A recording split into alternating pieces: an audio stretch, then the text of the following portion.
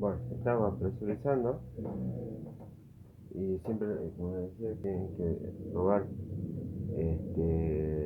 siempre que no haya pérdida en el instrumental. No sé si se alcanza a ver,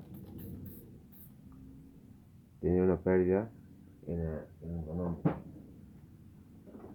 ¿cierto? Entonces, quiere decir que esto muy probablemente esté flojo. Y así es, se va flojo. Y ya no tengo pérdida. Bien. Como les decía, la presión, como pueden ver, a pesar de la pérdida, se mantiene. Y eso no debería suceder, ya que la presión debería circular por el capilar y retornar por el caño de succión, ¿no es cierto? Entonces quiere decir que todavía está obturado.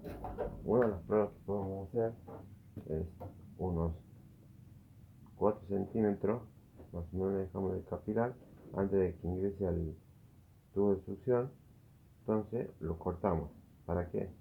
Para ver si no tenemos obstrucción en lo que queda del capilar, lo que queda fuera del capilar. Esto nosotros lo marcamos un poquitito y tratamos de quebrarlo. Y como va a ser,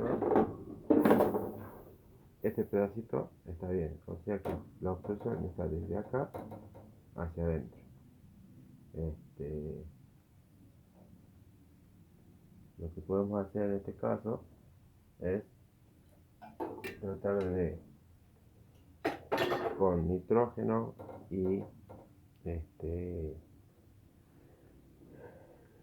149, tratar de destapar este tubo